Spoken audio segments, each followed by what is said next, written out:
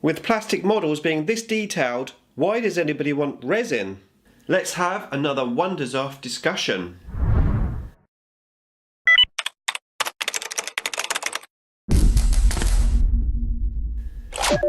Nick speaking, and welcome to this video.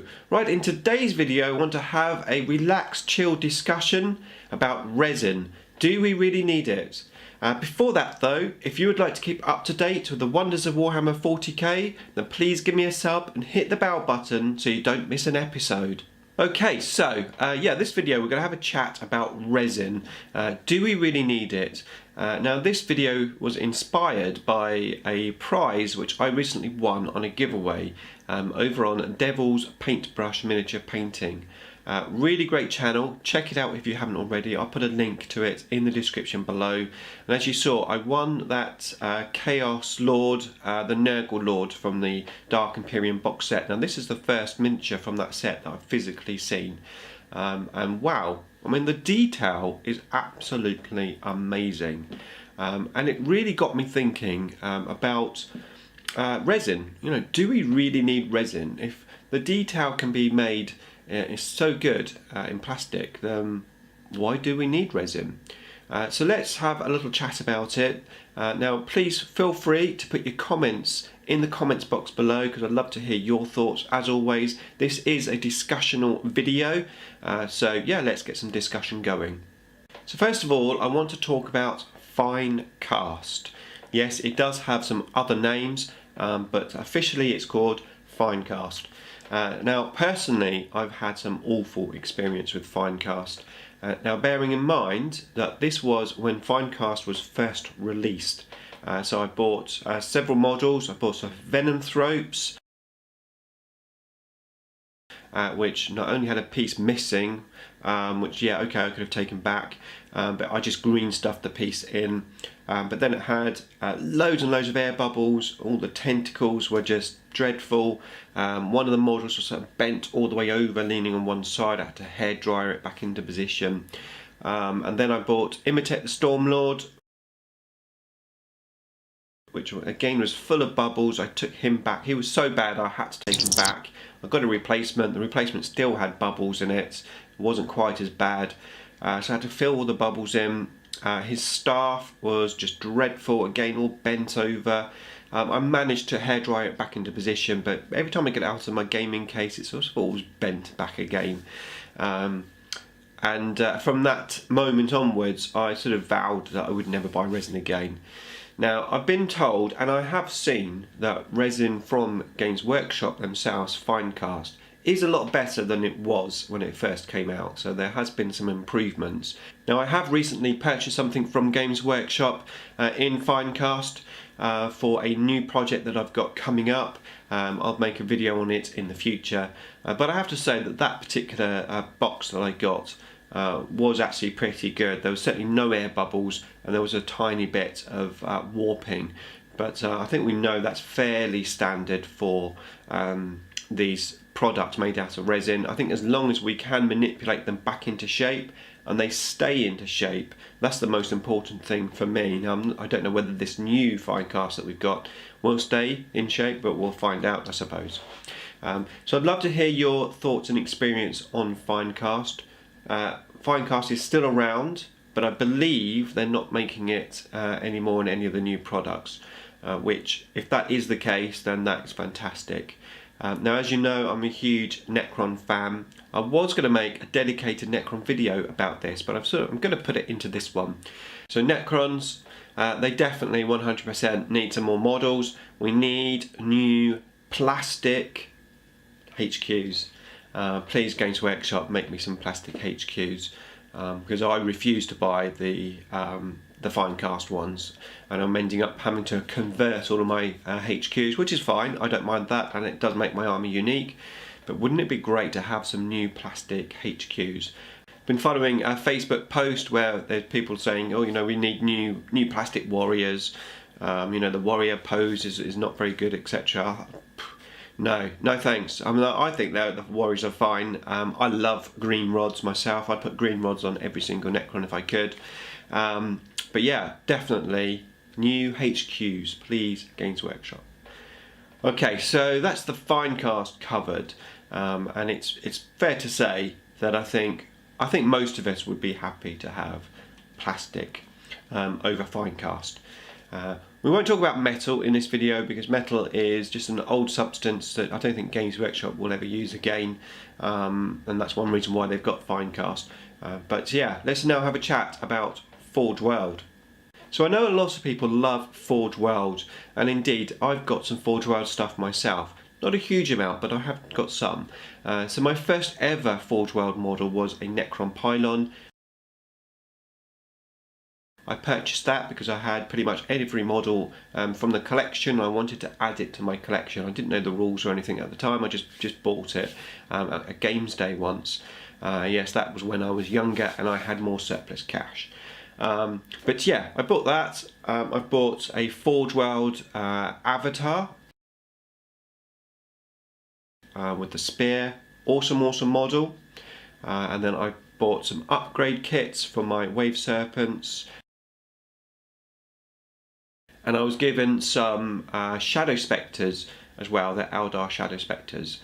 So looking at those models in my mind's eye as I've just talked about them, and I think it's probably fair to say that the Forgeworld pylon probably would be quite difficult to make in plastic, along with the avatar as well. Probably the avatar is doable if you look at some of these big monstrous creatures and stuff that GW are producing now. Probably the avatar is doable in plastic, maybe.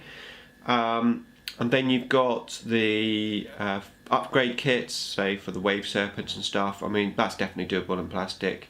And then you've got the shadow spectres. Now the shadow spectres, they do have a lot of the like ribbons all around them. So yeah, they've got some ribbons there, but we've seen Games Workshop do plastic ribbons on their models with quite good success. So I think definitely those are probably quite doable in plastic. So obviously there's a selection of models which you could potentially do in plastic from Forgeworld, and I think quite a few of them you probably couldn't. Not maybe. It's probably more expensive to make them in plastic than it would be in resin. Now I follow a channel called, at least I think it's called, Super Sin. I think that's how it's pronounced, but I'm going to put a link to his channel in the description below. It's an awesome channel, especially if you love Forgeworld and Space Marines. He's got, I think he's on about 16,000 subscribers, deserves a load more.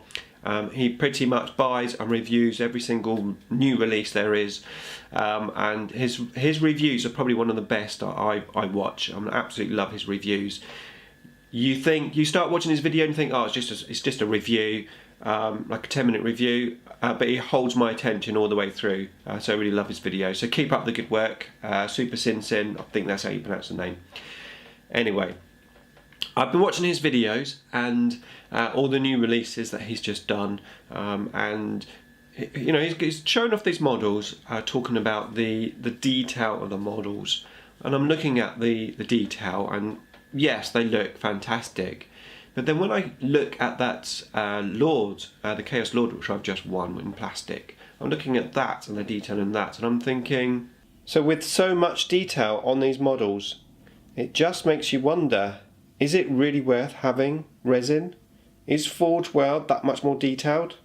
And so do we really need these models in resin? Now, can't we just have them in plastic? Especially when he's talking about the prices of these models in resin.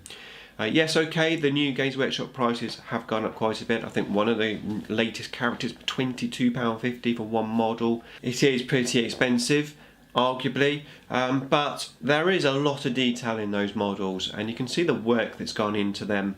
Obviously the sculpting, and then of course making up the new injection molds, etc. I'm not a model maker, but I assume that the reason why the price has gone up is because there's more investment in making those models. And I suppose that is where you have to say, well, if we were making a Forgeworld pylon, for example, in plastic, then that model would actually have to be quite expensive, probably more expensive than a resin one. I don't know.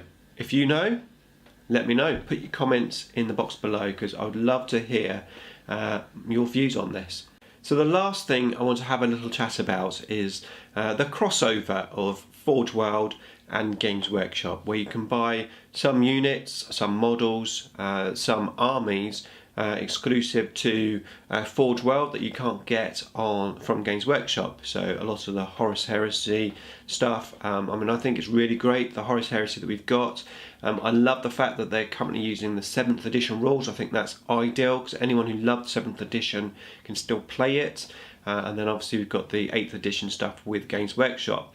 Of course, Games Workshop have released some 30k stuff, which is a great sort of jump in to the game, and I think that's great to see. I'd love to see them introduce more stuff, but then I suppose you've got to think about the sales of Forgeworld, how they impact that.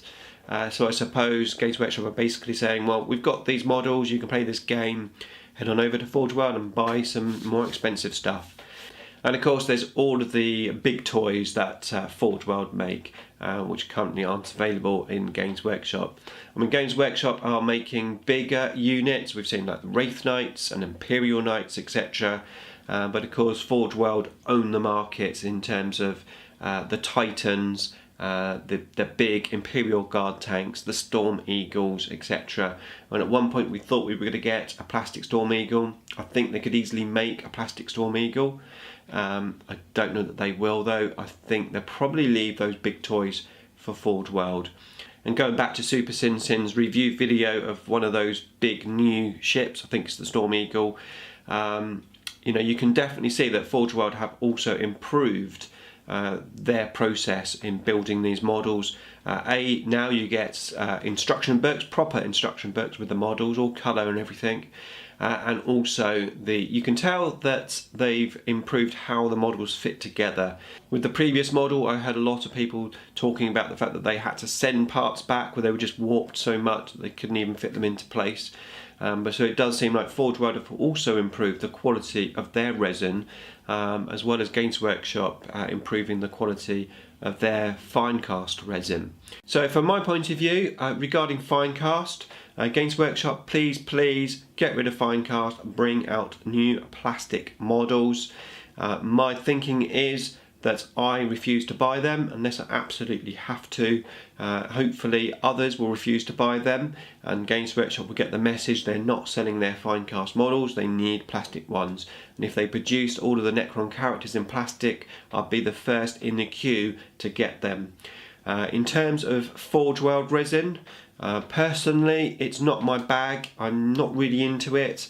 I don't mind having saving up and buying a model here and there if I want it for my army, but I don't troll the Forgeworld website drooling over their models. It's just not my bag, and that's nothing to do with resin, I suppose. It's just to do with the fact that Games Workshop generally have everything that I want, with the exception of a couple of models. But I know a lot of people, they love the Forgeworld stuff, and they're on the website, they're drooling about their next purchase. So yeah, I'd love to hear from you. I'd love to hear from people who don't buy Forgeworld, why you don't buy Forgeworld, as well as people who love Forgeworld and why you love Forgeworld. So that is it for this video. I look forward to your comments. Beam me up.